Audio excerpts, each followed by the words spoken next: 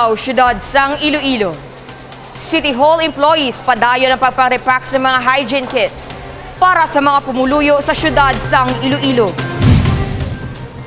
24,000 ka mga hygiene kits ang ginpang-repack para sa mga pumuluyo sa tagsaka distrito sa syudad sang Iloilo.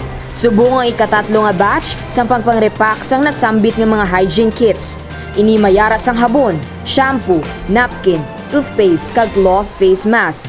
Nagbinuligay ang mga volunteers, City Hall employees, kabahin ang mga guards, maintenance kag Blue Angels sa sini nga lihok.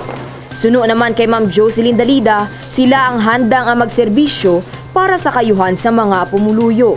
Kag kami as a Blue Angel coordinator, kag volunteer at the same time, willing gid kami nga maghatag sa among serbisyo tungod sa pagbibinuligay naton tanan, ang tanan mamagaan, wala sang may mabilin kung kita nagabinuligay.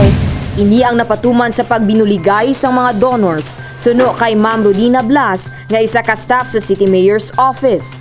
So ang makabaton sini sang aton nga hygiene kit ang mga tawo sa aton nga kabaranggayan. So ginahatag naton ini pagi sa aton mga barangay captains. So may ara na kita nga tatlo na ka-batch nga paghatag sa ila.